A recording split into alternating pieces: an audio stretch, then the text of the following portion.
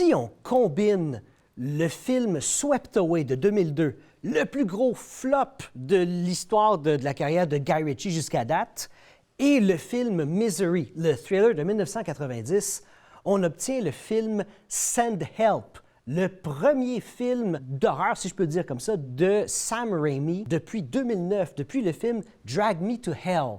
Sam Raimi qui revient dans ses amours, thriller, l'horreur, le gore.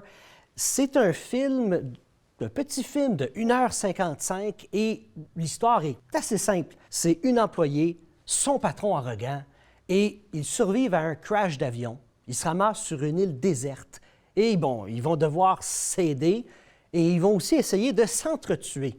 Et c'est ça qui fait la magie du film, parce que, veut pas, un film de survivaliste comme ça, à certains moments, on sent qu'il y a quelque chose entre les deux qui vont se développer et c'est bien, il y a une bonne chimie, ils vont s'entraider.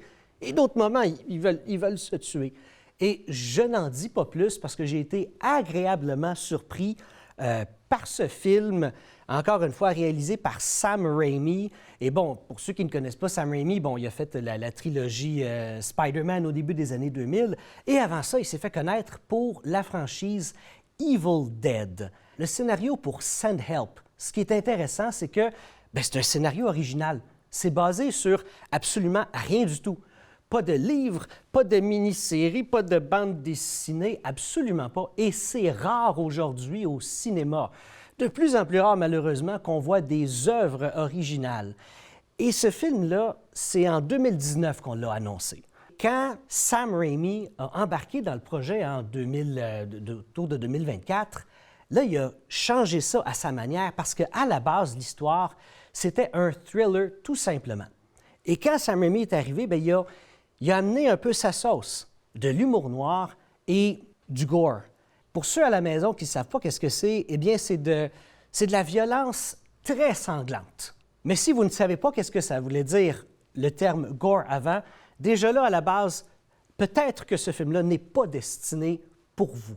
OK? Parce qu'en général, le gore, moi, je suis un amateur de gore et j'ai découvert ça dès mon très jeune âge. On est amené naturellement vers ça, pour ceux qui aiment ça. Et dans le casting, Rachel McAdams, excellente dans son rôle, et Dylan O'Brien, excellent aussi. À la caméra, ils ont une très, très bonne chimie ensemble. Par contre, le film est un peu inégal. Mais en même temps, il faut le comprendre un petit peu aussi, parce qu'à la base, c'était un thriller. Sam Raimi a été très longtemps dans les franchises, alors qu'il revienne à ce qu'il fait le mieux. Je trouve que c'est absolument fantastique. Et pour tous ceux à la maison qui ont aimé ce film-ci, un film que je vous conseille, un thriller oublié de Sam Raimi, pour ceux qui s'en rappellent, A Simple Plan, qui a été fait en 1998, c'est dans mon top 10. Dans la cinquantaine de films qui sont dans mon top 10, ce film-là y est. Et l'histoire est super simple. Deux frères, un ami, dans les bois, il trouve dans un avion qui a été abandonné, qui s'est crashé, un sac avec quelques millions de dollars dedans. Et personne est au courant de ça. Le crash d'avion date d'un certain temps. Personne ne le sait. Ils décident de garder l'argent pour eux.